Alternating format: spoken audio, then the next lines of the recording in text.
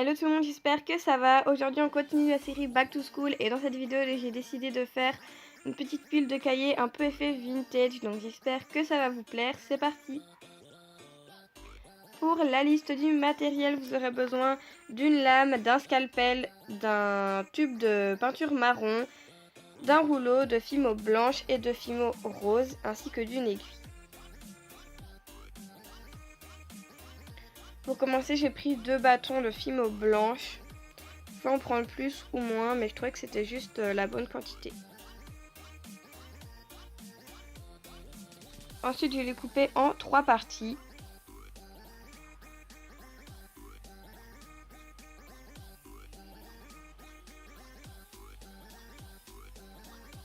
Et je vais malaxer ces 3 parties.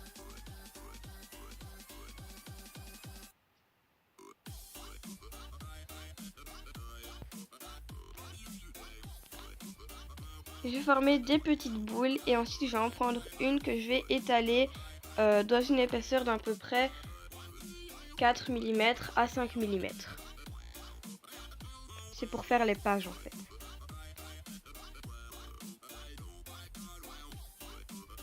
Et je vais tout simplement faire la même chose avec les 2 autres petites boules.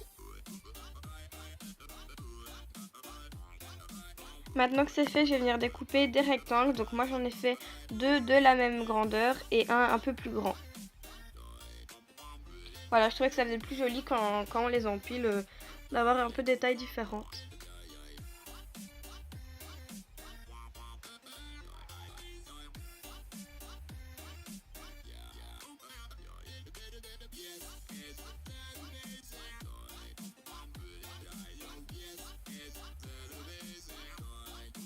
Pour avoir la même taille, j'ai tout simplement positionné le premier sur la deuxième plaque de blanc.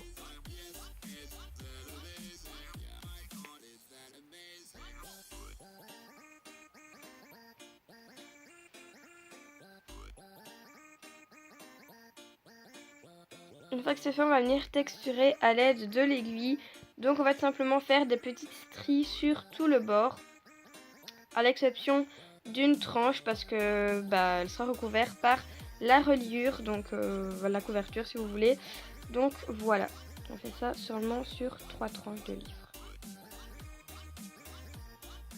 Donc on fait des lignes dans le sens de la longueur, bien sûr. Donc voilà ce que ça donne une fois texturé. Et après on va les passer au four pendant 10 minutes à 110 degrés pour faire une pré-cuisson. Parce que sinon quand on va appliquer la peinture, ça va un petit peu tout effacer les rayures. En attendant, on va venir prendre la pâte rose et on va l'étaler sur une épaisseur d'environ 1 à 2 mm. Voilà, c'est pour faire la couverture, donc il faut que ce soit vraiment pas épais. Vous pouvez toujours utiliser la pasta machine au grand 6 à 7. Après, je sais que toutes les pastas machines n'ont pas la même épaisseur suivant les graduations. Donc, vous faites, comme je vous ai dit, 1 à 2 mm. Donc après, c'est à vous de voir, hein. Je vous dis ça, mais si vous voulez que ce soit plus gros ou plus fin, c'est suivant vos envies. Donc voilà un petit peu ce que ça donne. Donc je vais couper avec ma lame un bout pour que ce soit bien droit. Et puis je vais mettre cette plaque de côté.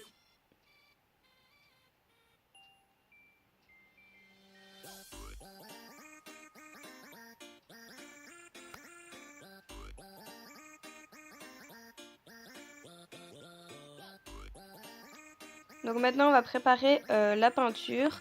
Donc j'ai sorti du four. On va prendre un petit couvercle. Et je vais simplement mettre un petit peu de peinture et y rajouter un peu d'eau. J'avais qu'une bouteille d'eau sous la main, désolée.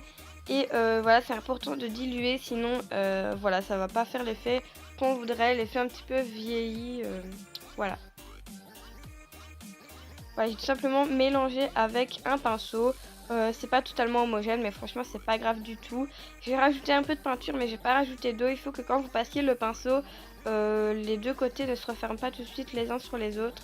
Ça veut dire que c'est la bonne texture. Ensuite j'essuie un petit peu mon pinceau pour enlever un petit peu l'excédent. Et je vais l'appliquer sur mes 3 tranches. Et je vais prendre une petite lingette sur le bout de mon doigt et des fois un petit peu tapoter parce qu'en fait je vais vous montrer un peu plus après, mais je veux que ce soit vraiment dans les plis et pas sur les pages. Je sais pas trop comment vous expliquer ça, mais Vous allez voir après.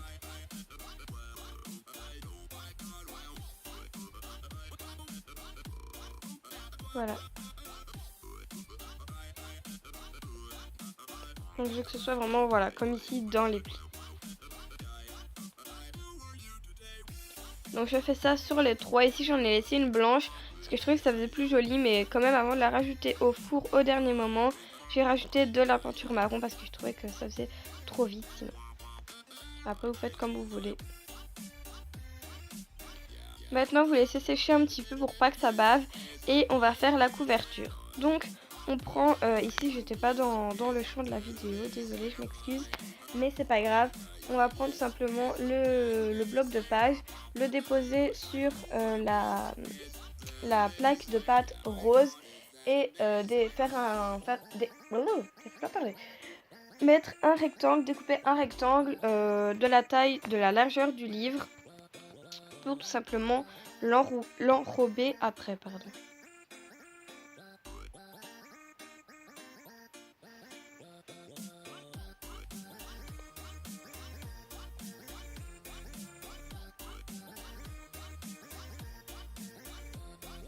Donc on enlève l'excédent.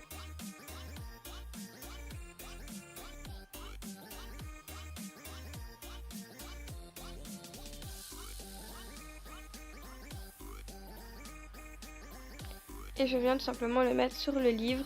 Et ici, j'ai rebiqué un petit peu les extrémités, donc je les ai relevées un petit peu. Voilà, je trouve que ça fait plus joli.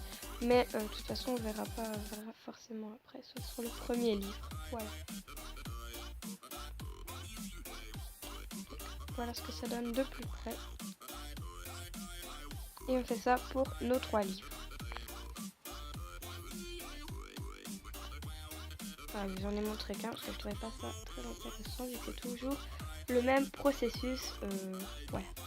Donc je viens les empiler, je les mets un petit peu en diagonale parce que je trouve que ça fait un peu plus joli. Voilà, comme si on avait vraiment entassé les livres comme ça les uns sur les autres sans y prêter attention. Donc voilà. Je relève toujours un petit peu mes extrémités.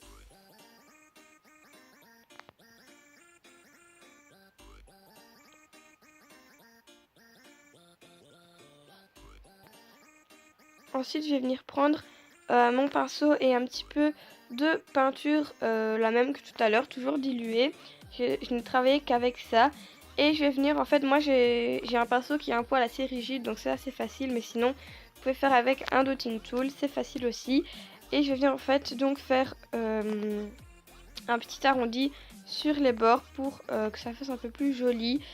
Voilà, comme pour faire l'effet un peu vintage. Et je l'ai fait sur mon deuxième livre, mais pas sur le troisième parce qu'on ne le voyait pas. Et j'ai mis 2 couches pour que ça fasse plus réaliste, j'ai envie de dire.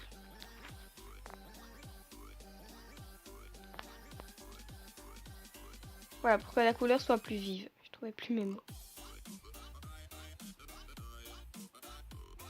Donc j'ai fait ça que sur 2 coins et pas sur les 4.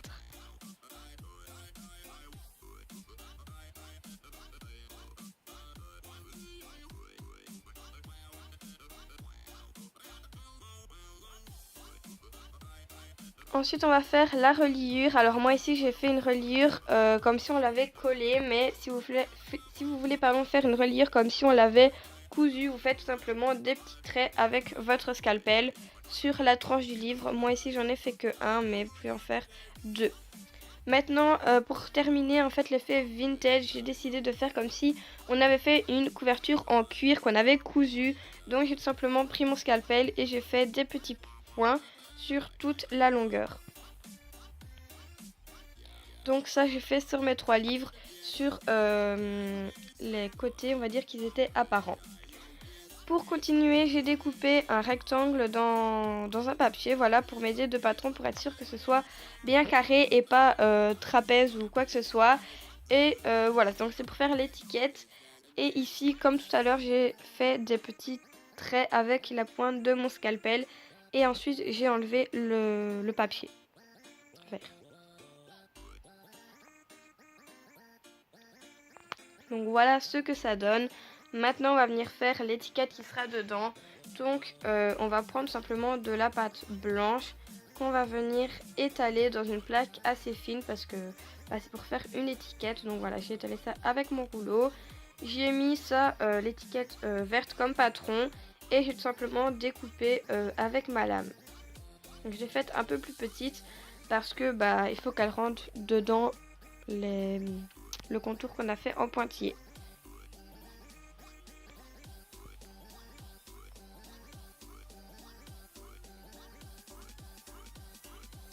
Voilà, et après, quand j'ai enlevé l'excédent, je vais venir prendre mon scalpel et je vais venir tout simplement couper les coins. Voilà, je vais venir... je sais pas trop comment vous expliquer, mais je vais couper tout simplement les coins pour faire un effet un peu plus joli.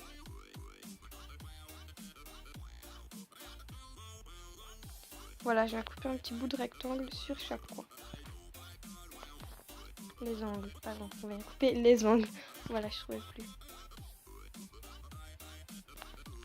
Et donc quand ça c'est fait, je suis venue prendre un petit peu mon pinceau et Je suis venue prendre mon pinceau et la peinture de tout à l'heure, pardon, et j'ai mis ça sur la tranche de l'étiquette pour que ça fasse un peu l'effet vieilli, comme si on l'avait laissé un petit peu dans le placard et tout. Voilà. Comme s'il avait pris un petit peu la poussière et tout. Et je l'ai mis sur le livre et j'ai passé ça au four 30 minutes à 110 degrés cette fois-ci. Maintenant, je suis venue prendre, je suis encore hors champ. Je ne sais pas comment je me suis débrouillée, mais bon, c'est pas grave. J'ai pris du vernis couleur marron et vous pouvez prendre tout à fait de la peinture que je vous ai montré tout à l'heure, mais sans la diluer cette fois-ci. Voilà, j'ai trempé un pinceau liner, mais si vous en avez pas, vous pouvez prendre le côté de votre lame, ça marche aussi. Et je suis venue faire 2 traits en haut et 2 traits en bas pour terminer le livre.